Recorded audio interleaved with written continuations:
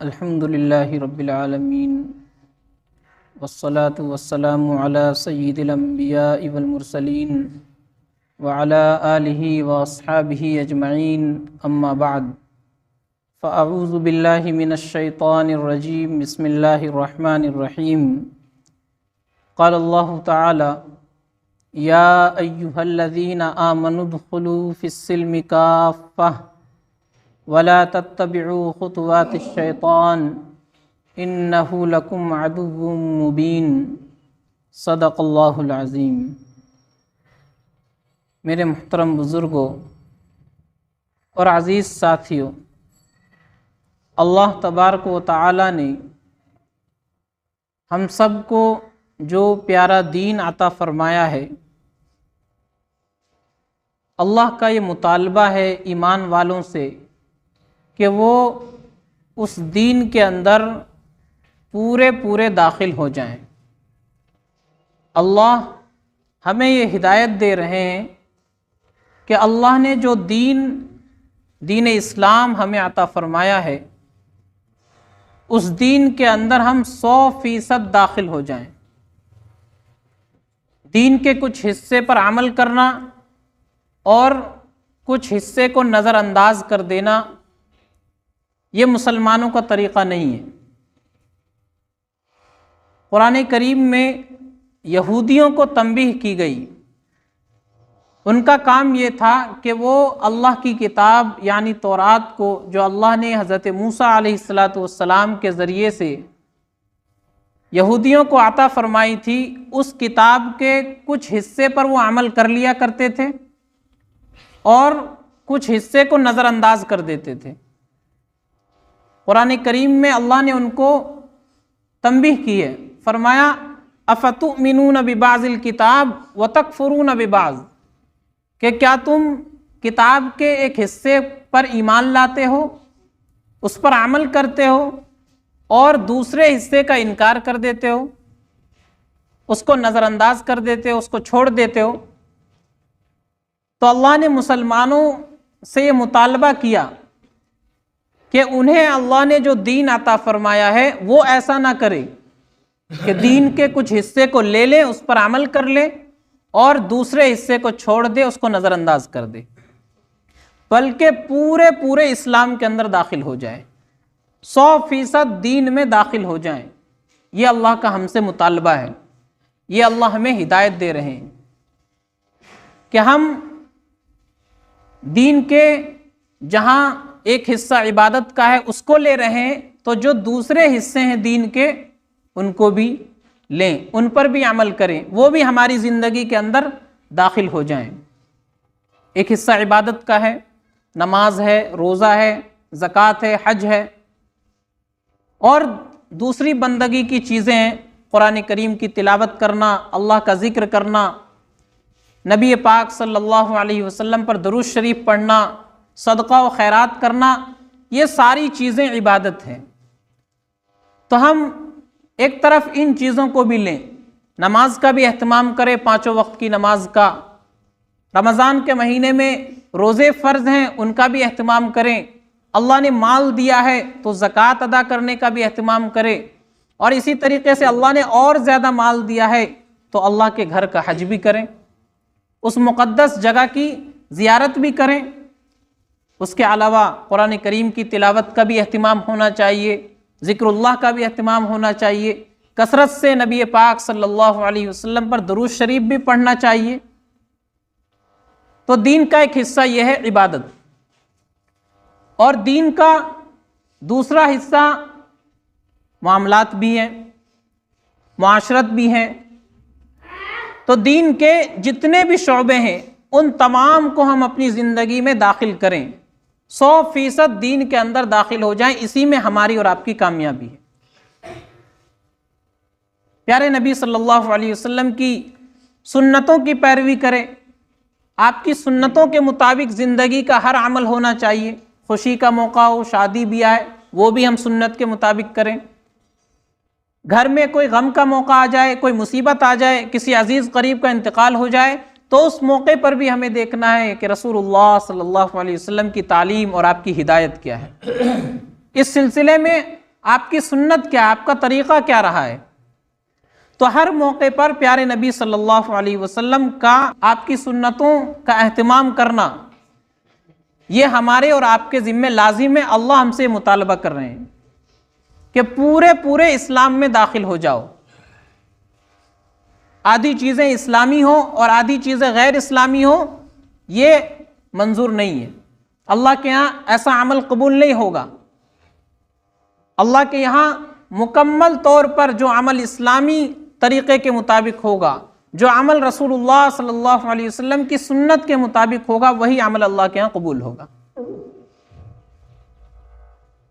پیارے نبی صلی اللہ علیہ وسلم نے جو جماعت تیار کی تھی، جسے ہم اور آپ صحابہ کی جماعت کہتے ہیں، جن کو اللہ نے دنیا میں رہتے ہوئے جنت کی خوشخبری سنا دی، جن کے لیے اللہ نے اپنی رضا کا پروانہ عطا فرما دیا، اللہ ان سے راضی ہو گیا، یہ سند، یہ سرٹیفکیٹ ان کو دنیا میں ہی مل گیا۔ قرآن کریم میں رضی اللہ عنہم ورضوا عنہ، اللہ ان سے راضی ہو گیا، وہ اللہ سے راضی ہو گئے۔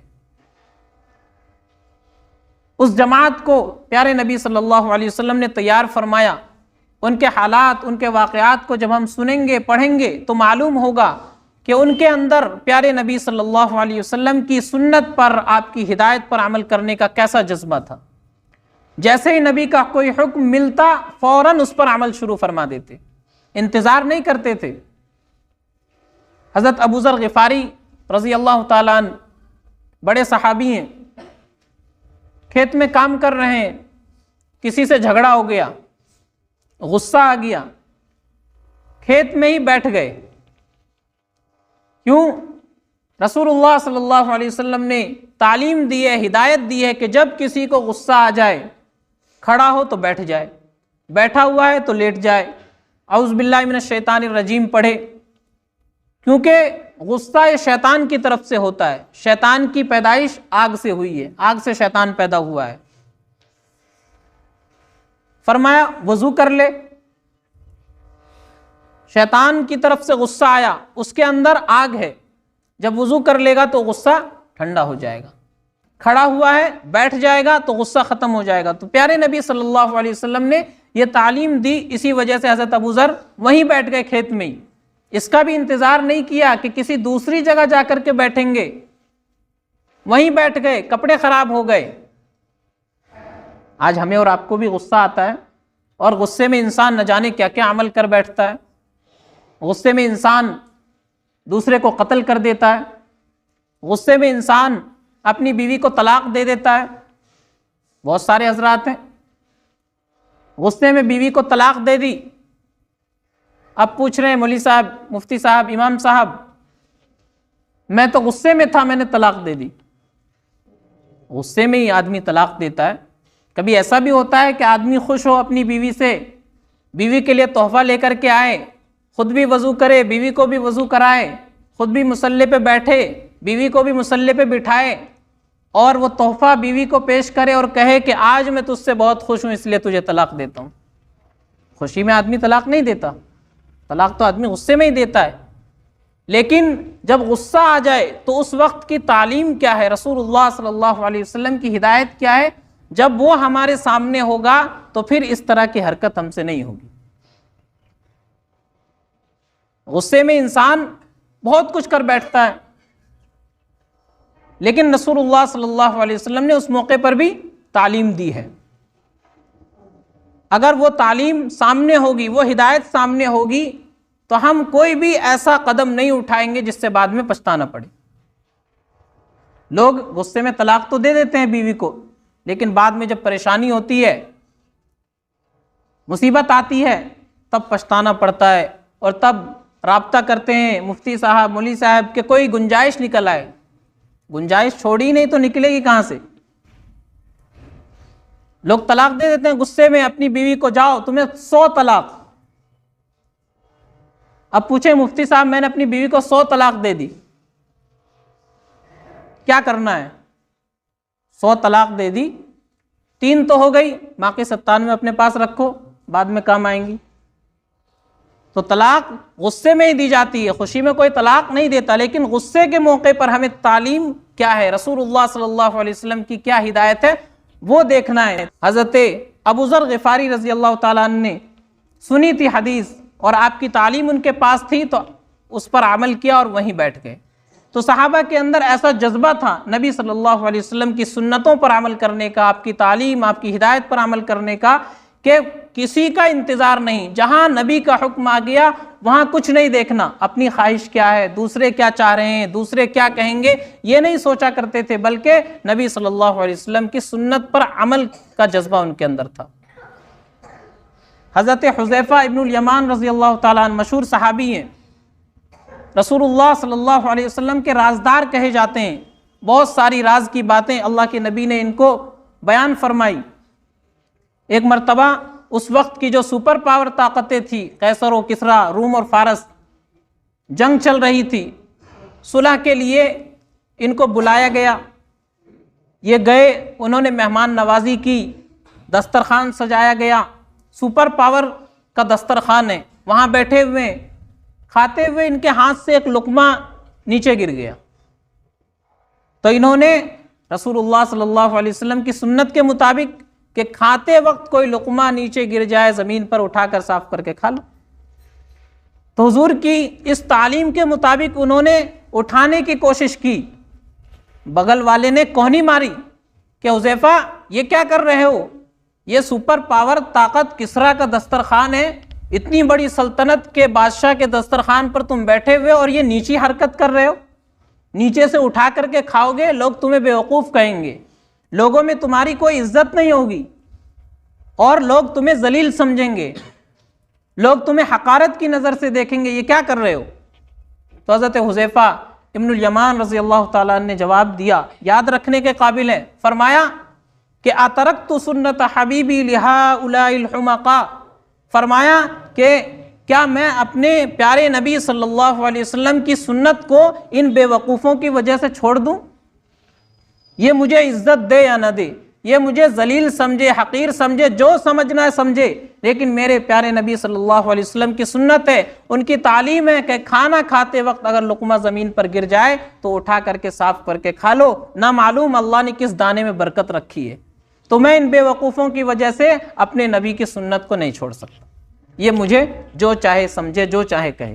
تو یہ جذبہ تھا صحابہ کے اندر کہ ایک ایک سنت پر نبی صلی اللہ علیہ وسلم کی وہ جان قربان کرنے کو تیار رہتے تھے، دیکھتے نہیں تھے دنیا والے کیا کہیں گے، دنیا والوں میں ہماری کیا عزت رہے گی نہیں رہے گی، بلکہ نبی کی سنت کیا ہے، نبی کی تعلیم کیا ہے، نبی کی ہدایت کیا ہے، یہ چیز ان کے سامنے ہوا کرتی تھی۔ تو ہم اسی وقت کامیاب ہوں گے جب ہم پورے 100% دین کے اندر داخل ہو جائیں گے۔ صرف نماز روزے تک ہم دین کو دیکھیں، کاروبار میں ہم دین نہ دیکھیں، اور دوسرے معاملات میں، معاشرت میں، سماج میں ہم دین نہ دیکھیں، تو یہ ہماری کامیابی نہیں ہے۔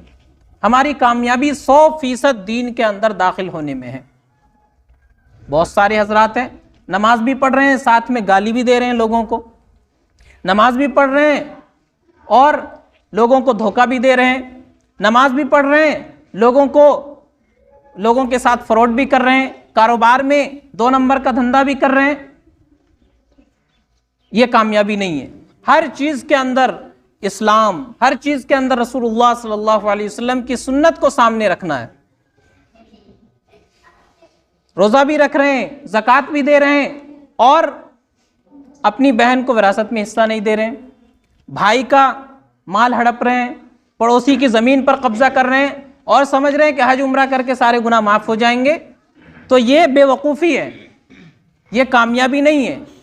پیارے نبی صلی اللہ علیہ وسلم کی سنتوں پر عمل کر کے اسلام میں پورے داخل ہو کر کے ہم کامیاب ہو سکتے ہیں، یہی ہماری کامیابی کا راستہ ہے۔ پرانے زمانے کا ایک واقعہ لکھا، کسی بادشاہ کا محل تیار ہو رہا تھا، جس جگہ محل بننا تھا اس بیچ میں ایک بڑھیا کی جھوپڑی بھی آتی تھی۔ بادشاہ کے سپاہیوں نے بڑھیا سے کہا کہ ہمیں محل بنانا ہے، اس جھوپڑی کو بیچ دو، یہ زمین ہمیں دے دو، جو قیمت کہوگی ہم دے دیں گے۔ بڑھیا نے کہا کہ میں اس کو نہیں بیچ سکتی، تو سپاہیوں نے زبردستی کیا اور اس کو وہاں سے ہٹا دیا، محل بننا شروع ہو گیا۔ اب بڑھیا روتی رہی، چلاتی رہی، کوئی سننے والا نہیں، ایک دن اس نے سنا کہ بادشاہ کی سواری گزرنے والی ہے. بڑھیا نے سمجھا موقع اچھا ہے بادشاہ تک اپنی بات پہنچانے کا. راستے میں ایک پل تھا, وہاں جا کر کے وہ چھپ گئی. جب بادشاہ وہاں سے گزرا, وہاں سے اس کی سواری گزری, وہ بڑھیا سامنے آ گئی اور اس نے اس کی سواری کی لگام پکڑ کے صرف ایک جملہ کہا. بادشاہ نیک دل انسان تھا, صرف بڑھیا نے ایک جملہ کہا کہ بادشاہ سلامت, آپ مجھے یہ بتائیے کہ آپ کا اور میرا فیصلہ اس پل پر ہوگا یا قیامت کے دن پل صراط پر ہوگا؟ بادشاہ حیران ہو گیا, پریشان کہ اللہ کی بندی, میں نے تیرے ساتھ کیا ظلم کیا ہے؟ میں نے تیرے ساتھ کون سی ناانصافی کی ہے تو بتا. تو اس نے اپنا واقعہ بیان کیا کہ آپ کے سپاہیوں نے زبردستی میری جھوپڑی خالی کرا دی جہاں پر آپ کا محل تیار ہو رہا ہے. تو بادشاہ نے سپاہیوں کو سزا دی اور وہ پوری زمین جہاں محل تیار ہو رہا تھا بڑھیا کے نام کر دی, اور کہا کہ میں اللہ کے سامنے کیا منہ لے کر کے جاؤں گا, اللہ کے سامنے کیسے کھڑا ہوں گا قیامت کے دن؟ اگر اس نے میرا گریبان پکڑ لیا وہاں, تو وہاں میں کیسے سامنا کر سکوں گا؟ اس دن تو روپیہ, پیسہ, دولت یہ چیز نہیں کام آئیں گی, نیکیاں کام آئیں گی. اس وقت میں اللہ کو کیا منہ دکھاؤں گا؟ رسول اللہ صلی اللہ علیہ وسلم کے سامنے کیسے کھڑا ہوں گا؟ تو اس دن سے بچنے کے لیے اس نے یہاں ہی اپنا معاملہ صاف کر لیا. تو عقل مند انسان وہ ہے جو دنیا میں رہتے ہوئے اپنے معاملات کو صاف کر لے. کسی کا قرض لے رکھا ہو ادا کر دے, کسی کا مال ہڑپ رکھا ہو اس کو دے دے, کسی کی زمین پر ناجائز قبضہ کر رکھا ہو معاملہ صاف کرا لے, کیونکہ یہاں موقع ہے. قیامت کے دن صرف نیکیاں چلیں گی, وہاں روپیہ پیسہ دولت کام نہیں آئے گا. یہاں کسی کا 1000 لے رکھا ہے, 1000 دے کر کے کام بن جائے گا. نہیں ہے, معاف کرا سکتے ہیں, رو دھو کر کے معافی مانگ کر کے کسی طرح معاملہ صاف ہو جائے گا, لیکن قیامت کے دن معاملہ صاف نہیں ہوگا. حدیث میں آیا, نبی صلی اللہ علیہ وسلم نے فرمایا کہ میری امت کا سب سے مفلس انسان وہ ہوگا جو قیامت کے دن پہاڑوں کے برابر نیکیاں لے کر کے آئے گا. نیکیاں اس کی پہاڑوں کے برابر ہوں گی, بہت سارے اچھے کام کیے ہوں گے, بہت حج اور عمرے کیے ہوں گے, بہت روزے رکھے ہوں گے, نمازیں پڑھی ہوں گی, تہجد میں کئی 100 رکعتیں پڑھی ہوں گی, نفلی روزے بھی رکھے ہوں گے, خوب اللہ کے راستے میں خرچ کیا ہوگا, لیکن کسی کا مال ہڑپ رکھا ہوگا, کسی کو گالی دے رکھی ہوگی, کسی سے قرضہ لے رکھا ہوگا اور کسی کا حق مار رکھا ہوگا. وہ سب آ جائیں گے اللہ کے دربار میں لینے کے لیے, سب اپنا مطالبہ کرنے آ جائیں گے, یا اللہ میرے اتنے پیسے مار لیے تھے, یا اللہ میری زمین پر قبضہ کر لیا تھا. بہن آ جائے گی, یا اللہ مجھے وراثت میں باپ کی حصہ نہیں دیا تھا, یا اللہ پڑوسی آ جائے گا مجھے ستایا تھا. تو سب آ جائیں گے اور اللہ کے یہاں مطالبہ کیا جائے گا. اس وقت روپیہ پیسہ تو کام نہیں آئے گا. کیا کیا جائے کہ ان مطالبہ کرنے والوں کو اس کی نیکیاں دے دی جائے. سب ایک ایک کر کے نیکیاں لے جائیں گے. مطالبہ کرنے والے ابھی باقی رہیں گے, نیکیاں ختم ہو جائیں گی. فرشتے کہیں گے یا اللہ اب کیا کیا جائے, اس کی تو نیکیاں ختم ہو گئی. اللہ کہیں گے جتنا ان لوگوں کا حق ہے اس کے برابر ان لوگوں کے گناہ اس کے سر پر ڈال دو. نتیجہ کیا ہوگا؟ پہاڑوں کے برابر نیکیاں لانے والا انسان آخر میں اپنے اوپر گناہوں کا بوجھ لے کر کے جہنم میں داخل ہوگا. نبی نے فرمایا یہ سب سے مفلس انسان ہے میری امت کا.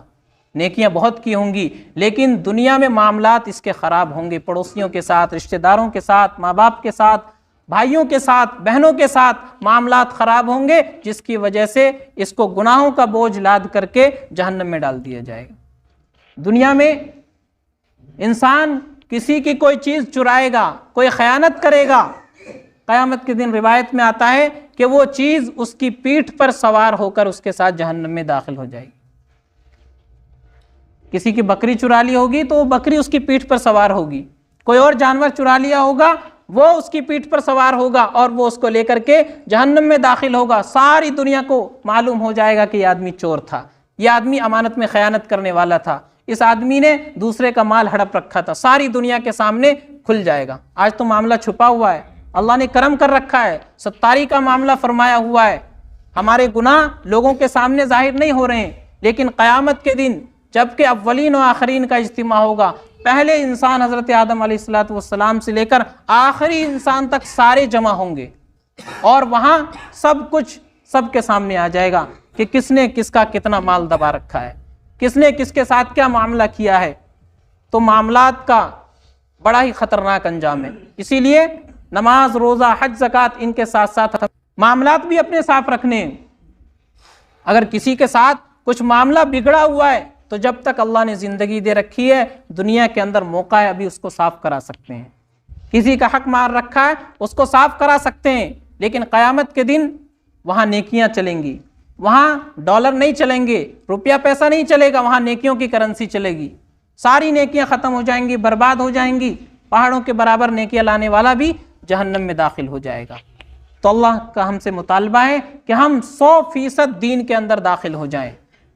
ہم جیسے نماز، روزہ، حج، زکوٰۃ کر رہے ہیں، اسی طریقے سے ہمارے معاملات بھی دین کے مطابق ہوں، معاشرت بھی دین کے مطابق ہو، کاروبار بھی دین کے مطابق ہو، ہم بزنس کر رہے ہیں، تجارت کر رہے ہیں، وہ بھی ہمارا دین کے مطابق ہونا چاہیے۔ اگر کسی کا کچھ لے رکھا ہو تو ابھی وقت ہے، معاملہ صاف کرا سکتے ہیں۔ ہماری کامیابی اللہ کے پیارے دین اور نبی صلی اللہ علیہ وسلم کی سنت کے اندر ہے۔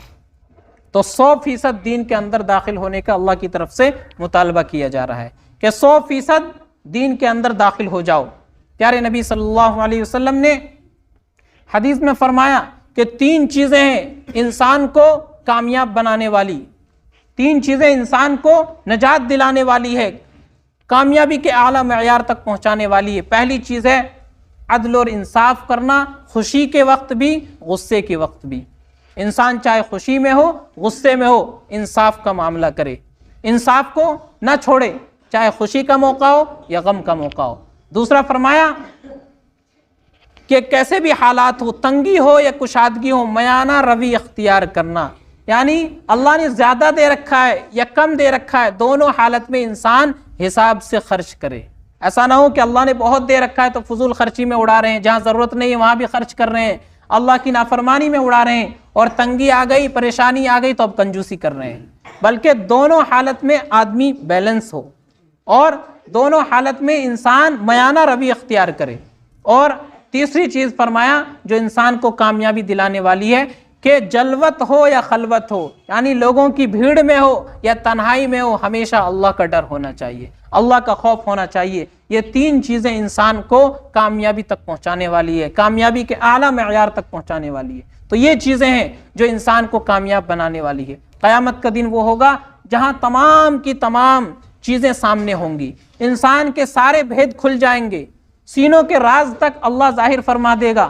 یوم تبلی السرائر فما لہ من قوۃ ولا ناصر، قرآن کریم میں فرمایا۔ تو اس دن سب کا کچا چٹھا سامنے آ جائے گا، جو کچھ کیا ہوگا وہ سب کچھ کھل جائے گا، ساری دنیا اس کو دیکھے گی کہ کس نے کس کا حق کتنا مار رکھا ہے۔ تو ابھی ہمارے پاس موقع ہے، اللہ تبارک و تعالیٰ نے زندگی دے رکھی ہے، سانس چل رہی ہے، ابھی اپنے معاملات کو صاف کرا لیں۔ کسی کے ساتھ بھی معاملہ ہو، پڑوسیوں کے ساتھ ہو، بھائیوں کے ساتھ ہو، بہنوں کے ساتھ ہو، کاروباری دوستوں کے ساتھ ہو، ان معاملات کو صاف کرے، معاشرت اپنی اچھی بنائے، امانت داری کا خیال رکھے، اور پورے اسلام میں داخل ہو جائیں، ہر جگہ پر سنت اور اسلام کی رعایت کے ساتھ عمل کریں۔ انشاءاللہ ہم دنیا میں بھی کامیاب ہوں گے اور آخرت میں بھی کامیاب ہوں گے۔ اور اگر ہم نے صرف نماز روزے تک اسلام کو رکھا، سنت کو رکھا، اور نماز روزے کے بعد مسجد سے باہر گئے تو اپنی من مرضی کرنے لگے، کاروبار اپنی مرضی کے مطابق، شادی بیاہ اپنی مرضی کے مطابق، میت کے موقع پر اپنی مرضی کے مطابق کام کر رہے ہیں، تو یہ ہماری کامیابی نہیں۔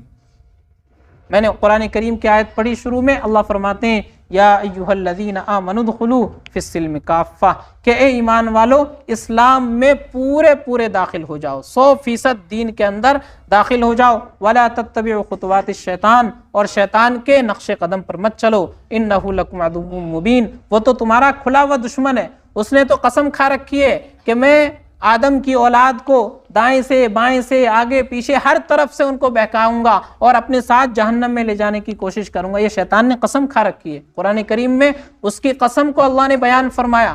اس نے قسم کھا کر کے کہا میں انسان کو ہر طرف سے بہکانے کی کوشش کروں گا اور میں چاہوں گا کہ وہ میرے ساتھ جہنم میں داخل ہو۔ ہم تو ڈوبے ہیں صنم، تمہیں بھی لے ڈوبیں گے بے شرم۔ یہ شیطان نے قسم کھا رکھی ہے، مجھے تو جہنم میں جانا ہی ہے، میں تو ہمیشہ کے لیے برباد ہو ہی گیا۔ لیکن جس کی وجہ سے ہوا، حضرت آدم سے اصل اس کی لڑائی تھی۔ اللہ نے سجدہ کرنے کو کہا، فرشتے حضرت آدم کے سامنے تعظیم کی وجہ سے سجدے میں گر گئے، جھک گئے، شیطان اکڑ گیا کہ مجھے تو آپ نے آگ سے بنایا، اس کو مٹی سے پیدا فرمایا، میری شان بلند ہے، میں اس کے سامنے کیسے جھک سکتا ہوں؟ تو شیطان کی اصل دشمنی حضرت آدم سے تھی، اب اس کی وجہ سے تمام انسانوں سے، دنیا کے تمام انسانوں سے اس کی دشمنی ہے۔ اس نے قسم کھا رکھی ہے کہ میں خود جہنم میں جاؤں گا اور ان تمام کو بھی جہاں تک مجھ سے ہو سکتا ہے کوشش کروں گا یہ بھی میرے ساتھ جہنم میں چلے جائے۔ تو قرآن میں فرمایا اللہ نے اس کے بہکاوے میں مت آنا کہ کاروبار تو اپنا ہے، جیسے مرضی کریں، 2 نمبر کا دھندا کرے، 1 نمبر کا کرے، کسی کو چونا لگا دیں، یہ تو اپنا کام ہے۔ نہیں، وہاں بھی اسلام نے ہدایت دی ہے، وہاں بھی رسول اللہ صلی اللہ علیہ وسلم کی سنت موجود ہے، آپ کا طریقہ، آپ کی تعلیم موجود ہے کہ کاروبار کیسے کرنا ہے، بزنس کیسے کرنا ہے، تجارت کیسے کرنی ہے۔ تو جس طرح ہم نماز روزے میں اور دوسری عبادتوں میں دین کا طریقہ دیکھتے ہیں، مسلمانوں کا جو طریقہ ہے، اسلام کا جو طریقہ ہے، سنت کیا ہے وہ دیکھتے ہیں، اسی طرح ہمیں معاملات میں، کاروبار میں، سماج معاشرے میں، شادی بیاہ کے موقع پر بھی دیکھنا ہے، تبھی جا کر کے ہم کامیاب ہو سکتے ہیں۔ اللہ تعالی ہم سب کو عمل سمجھ کی توفیق عطا فرمائے۔ وآخر دعوانا الحمدللہ رب العالمین۔